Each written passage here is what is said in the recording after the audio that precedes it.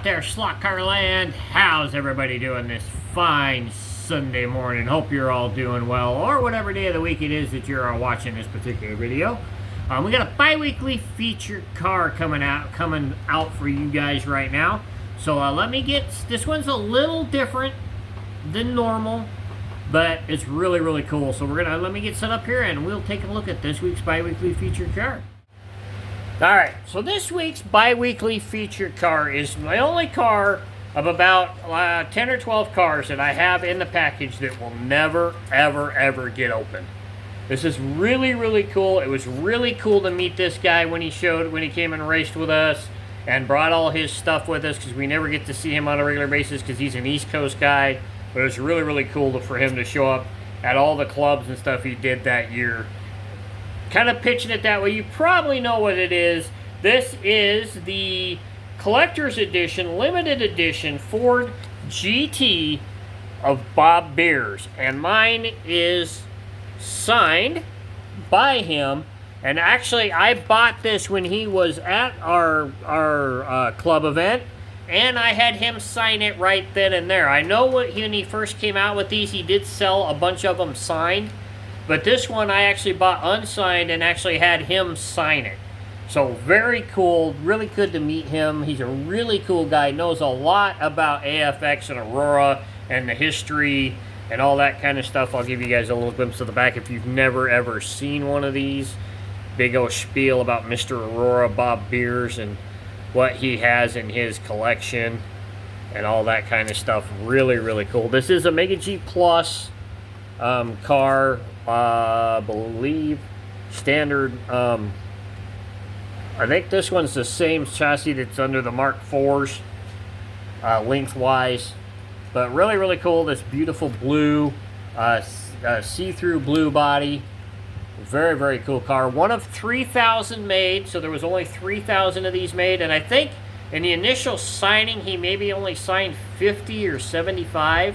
I'm not sure what the actual count was, but I know he's signed a bunch of them and sold them off of his slot car meets and shows and whatnot when he first got these in and sold them out. But really cool. Love this car. Great experience meeting Mr. Bob Beers. Really cool to have this. And the cool thing was that I got to buy it when he was here, and I got to have him sign it at that moment. It wasn't pre-signed.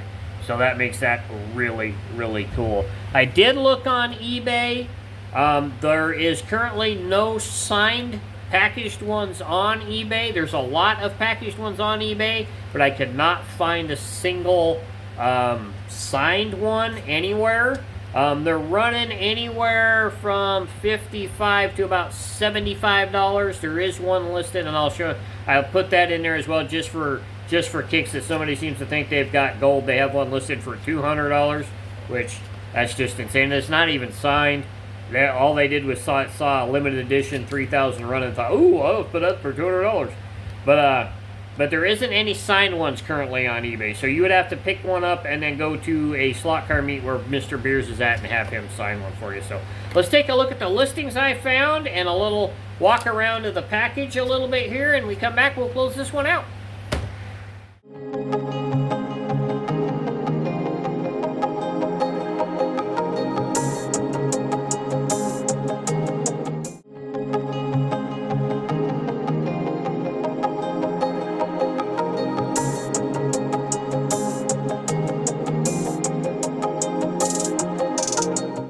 Alright guys, so really cool.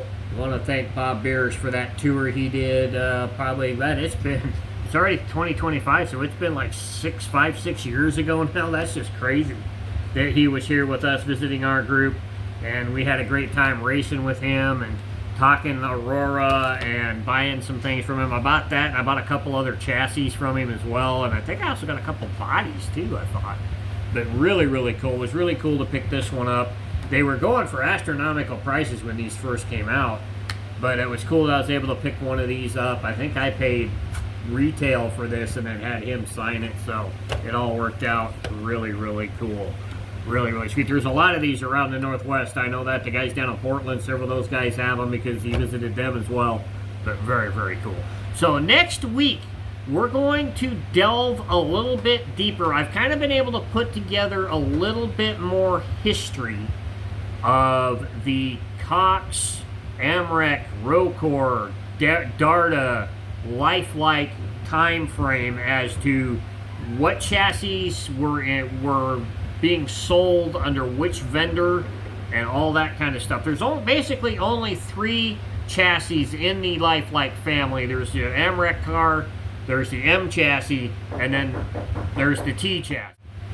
Alright, so we're going to be taking a look at that family, talking about what chassis, what to look for, what chassis moved from one owner on to the next owner, what chassis moved on from there, and so forth, and all that kind of stuff. I've been able to put together a little bit better history of the chassis, not necessarily years of ownership and that kind of stuff, but I can pretty much tell you what chassis first started and where that particular chassis ended, where the other chassis where the M chassis picked up, where it ended, and then of course it all ended with the T chassis. So, but it's gonna be kind of cool.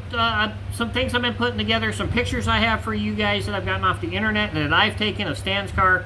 I would love to see Stan's car opened, but to see if there's actually a name on the bottom of that chassis, but I'm not really sure as to what name's on the bottom of that chassis. But we'll talk all about that next week and have some fun with that. Don't forget to check out all the shorts this week on the YouTube channel as well.